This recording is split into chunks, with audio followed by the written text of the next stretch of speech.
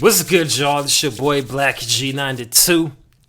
Now, this afternoon, I'm going to do a reaction to a video made by a YouTube channel titled Counterculture Wrestling, and the video is titled History of WWE Women's Wrestling Part 1, The Diva Era. It's an interesting title, and shout out to, let me see, who made this reaction request. Oh, yeah. Earlier I was watching a clip from Warren G's interview at the Drink Champs podcast. I'm going to get back on watching Drink Champs interviews because they'd be insightful as fuck. Hold on, let me go ahead and play it back real quick. Let me see. Oh, by Jacoby. Shout out to Jacoby for this reaction request. Anywho, I'm going to see what this mini documentary is going to look like in about 3, 2, 1. 30 minutes without hearing on Monday Night Raw. No, not that one. Hello. No, not that one. The Divas Revolution. That's the one. Now look, I for one am I like his intro, his little interlude, not interlude, but his intro. His oh, that's the one. That's classic right there. And I'm definitely gonna keep tabs of the current women's wrestling division. Of course, do my part as far as find out which channel is on, since I have a Roku on my TV in my room. That women are now given longer matches, regularly being Raw, and even had their own pay-per-view. We've definitely come a long way from this. What the fuck? What the fuck? But what I'm not happy about is this ridiculously false narrative that the WWE has crafted about women's wrestling. If you believe Vince McMahon's story, for decades, women were seen as nothing more than eye candy, relegated to forgetful 5-minute matches, until one day, Lady Stephanie McMahon rode in on her white horse, saving the day, and finally gave women their chance to What? That's not what happened at all. Cap! I'm psycho. Before I let him finish, I gotta say, you often hear this about these little figureheads or CEOs of entertainment companies outside of the wrestling world. They always act like that act like what they're doing is so brand spanking new when there's always been trailblazers in whatever field that women were already there. So it's like you always have those little CEOs as such want to just paint this narrative as if this never happened before when it's already happened. A quick Google search will help. Oh boy, that's just come with folks who want to create their little narratives, act like they're heroes or pioneers of some shit. And this is the real history of women's wrestling, part 1. Let's get to it. When talking about WWE women's wrestling, we gotta start with the first women's champion, the Fabulous Moolah. Okay. While, by all accounts, she was a heinous woman. And trust me, I will be doing a video on her later. When Moolah brought I'm interested in finding out all that she did, because the fact you mentioned she's kind of has a shady history. I mean, it wouldn't surprise me, but especially from folks from her era, I mean, it would not surprise me at all. But I'm actually interested in seeing what her history is. NWA women's title to the WWE in 1983, people were excited. I mean, why shouldn't they be? Oh yeah, women's of course. Wrestling in the 80s was freaking awesome. Girls like Wendy Richter, Leilani Kai, and Rockin' Robin were crazy talented. In fact, a lot of the time, their matches were more entertaining than the kick punch routine the men had going back then. Women's wrestling was actually so over in the 80s that from 1983 to 1989, the women had women's tag titles. Okay. In fact, they That's have pretty probably dope. forgot to mention since the announcement of the new women's tag titles. Oh. The trend of talented women wrestlers continued into the 1990s. Of course. Ladies like the Fabulous Moolah and Wendy Richter were now gone. The division was now centered around the uber-athletic Alundra Blaze. Like she can throw some hands. High-flying ability. Definitely looks good indeed. And badass German suplex finisher. I like that suplex indeed. A fan favorite. And her battles with Japanese sensation Bull Nakano were some of the best, male or female, that the company had ever produced at the time. Make no mistake about it though, despite how dope these matches were, wrestling in the mid-90s sucked. Diesel spent a year as one of the most boring champions of all time. Every wrestler had a dumb gimmick related to their job. And this shit happened. Yeah, it looks like a damn Power Ranger right there. Not surprisingly, their ratings went down the toilet. And in a desperate attempt to cut costs, the WWE released almost all of their female wrestlers. Well, damn. Including that's the fucked WWE up. Women's Champion at the time. Why would he do that? Place. That's a bad business move. One firing, which means the court. You're fired. Oh shit. That's a funny ass caption right there. I wonder. I'm gonna have to look up the clip of him actually saying that so it gets voice right. Forever. Crazy as it sounds, people generally don't like to get fired. Oh yeah, of course not. That's the worst feeling ever. That same year, she found the perfect avenue for her revenge. Okay. This is the WWF Women's Championship belt. Ooh. Wait a minute. That indeed it is. Damn, put it in the trash. Of the WWF Women's Championship Holy belt. shit. In a now iconic act of defiance, she would toss her WWE Women's Championship in the trash. Damn, very bold. WWE Women's Division was never, ever the same again.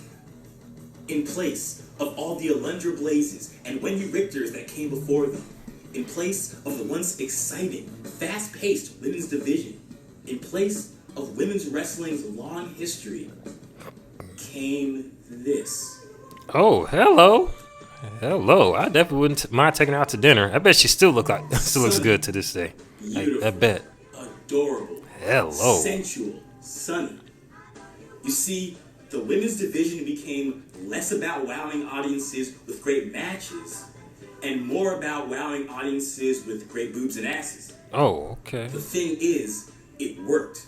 I bet it did. By 1996, Sunny was the most searched woman on all of AOL.com. With ratings in a slump, Vince McMahon did what any promoter would do. He doubled down on it. Next came Marlena, then Tori. Okay. And of course, the queen of all divas, Vince McMahon's wet dream come to life. Savior. Damn. McMahon in those clips, he been damn near came on himself. Damn. If there's anything, oh man, McMahon's facial expressions are meme. No wonder his facial expressions became memes because look at it, this looks funny as hell, exaggerated. But by the time the Attitude Era was in full swing, the WWE Women's Division had become nothing more than a gallery of bra and panties matches, mud matches, bikini contests, and constant female humiliation. It's to the point that it's hard to go back and even watch women's wrestling from the late 90s without wanting to hurl. But people kept buying it, so Vince McMahon kept supplying. After WCW basically blew a 3-1 lead and lost the Monday Night Wars, the WWE no longer had to fight for the horny male teenage demographic. So they started to lean off the sexual content. Now, don't get me wrong. Women were still shaking their boobs and asses for ratings. Oh, for sure. Women like Trish Stratus, Lita, and Molly Holly were as talented as they were beautiful. Okay, so that she can fight. Trish and Lita would even put on one of the first female main events in Monday Night Raw history.